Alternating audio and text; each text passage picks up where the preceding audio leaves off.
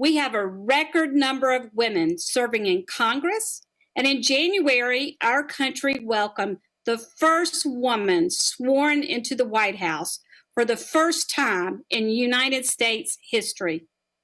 I don't know about you, but it still gives me chills thinking about it and what it meant for our nation. And now today, on National Women's History Day, it is my distinct honor to welcome to NLC and the CCC stage the Vice President of the United States, Kamala Harris.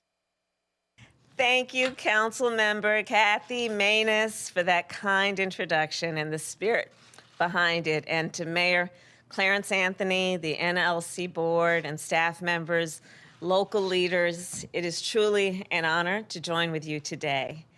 And of course, as Kathy said, we gather at the start of an important week for our country. Yes, we are honoring the women of our country and the world, but this is also a week for our country that could mark a real turning point in our fight against COVID-19. Last weekend, as you know, the House of Representatives passed our American Rescue Plan. It is a plan that will provide immediate relief to America's cities, towns, and villages, and directly to the American people. This past weekend, the Senate advanced this landmark legislation, and very soon, the President of the United States, Joe Biden, will sign the American Rescue Plan into law.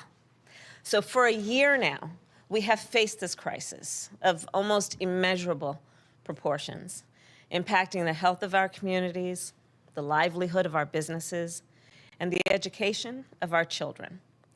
Through it all, local leaders, you have been in the thick of it. You are the ones who get called when there aren't enough vaccine doses to go around. You're the ones fighting to make sure first responders can keep their jobs. You are working with teachers and parents to get schools reopened safely.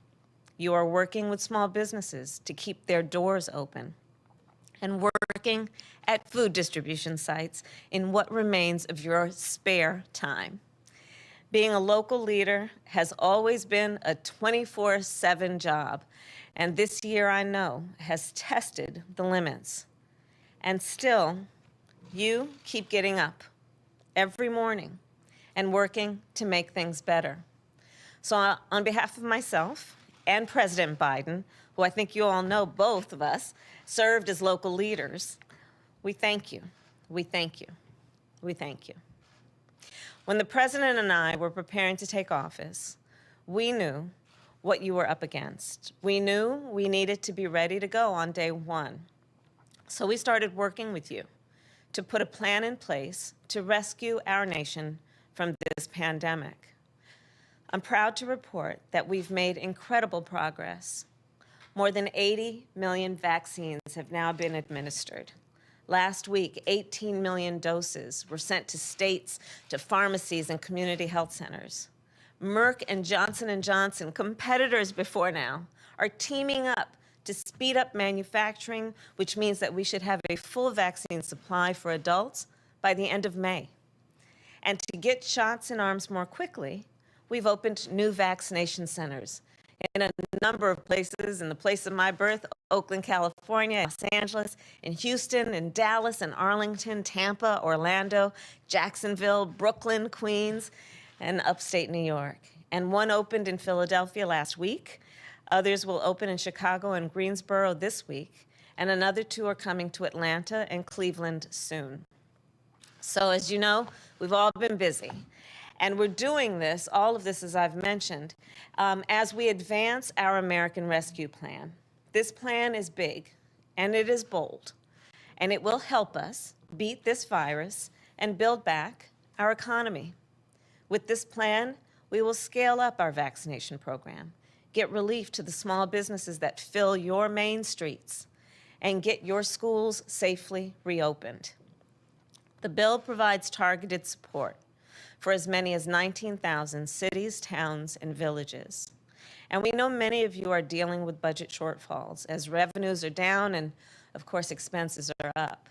As a result, vital services have been cut, and I know you didn't want to, and we've lost more than 1.3 million state and local government jobs in just the past year. In the aftermath of the Great Recession, these kinds of cuts put a significant drag on our economic recovery. And guys, we can't let that happen again. The American Rescue Plan will also get $1,400 checks in the pockets of people who need them most, and a $3,000 tax credit per child. Think about it. This plan will actually lift 1 in 3 Black and Latino Americans who are living in poverty and lift them out of poverty. We will also lift half of America's children who are living in poverty out of poverty. I mean, just think about that. Half of the children in our country who are living in poverty won't be. So the American Rescue Plan, for that and so many other reasons, we are happy to say, incredibly popular. And the support for it is broad and it is bipartisan. 3 in 4 Americans support the bill. Democratic and Republican mayors and local leaders have endorsed it. And of course, so has the National League of Cities. And thank you for that. And think about it. 2 mayors, just most recently, a Republican from Miami and a Democrat from St. Petersburg, wrote an op-ed about why they support the plan. And they said in the op-ed, quote, "Our people need help. And as the president would say, help is on the way." Today, the American Rescue Plan is very close to becoming the law of the land. And now we need to help ensure that relief is distributed equitably.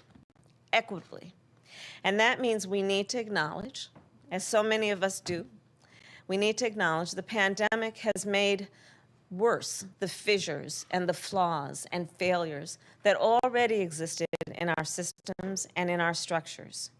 We've seen that race and place matter a lot in how well protected a person is from the virus or not.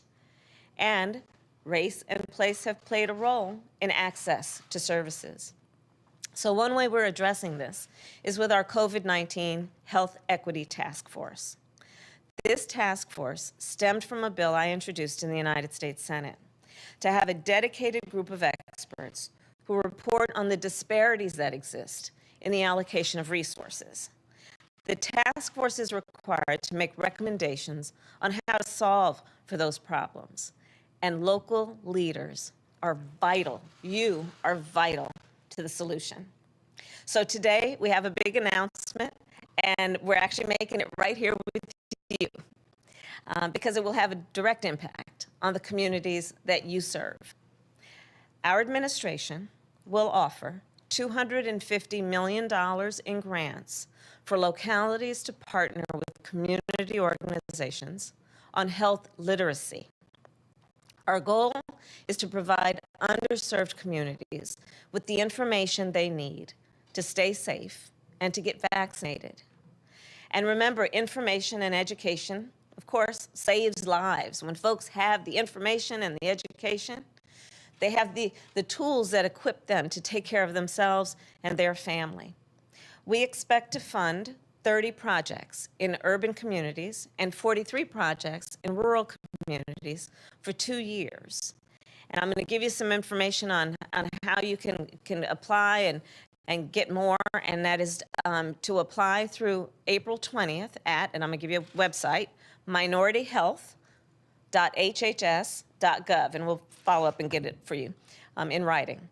But I ask the friends here, please do work with us to put equity at the center of our collective response, to identify those individuals and communities who have been overlooked, and to connect them with the resources that are available, and to connect with them in a way that we renew and, in some cases, establish trust between community and those folks who are elected to serve those communities. And also, we've got a child tax credit coming that they can take advantage of. So please tell them about it.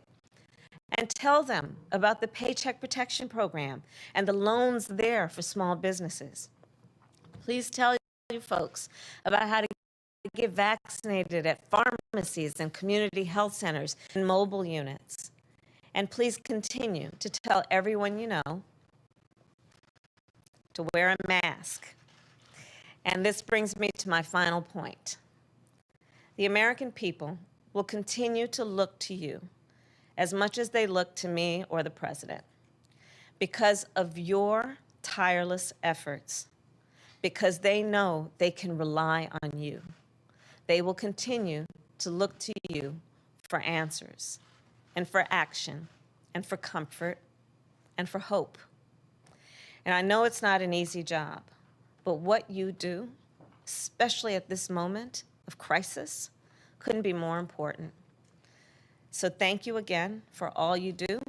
I know it takes personal sacrifice and sleepless nights, but know that the President and I are working right alongside you. So may God bless you, and may God bless America. Thank you all.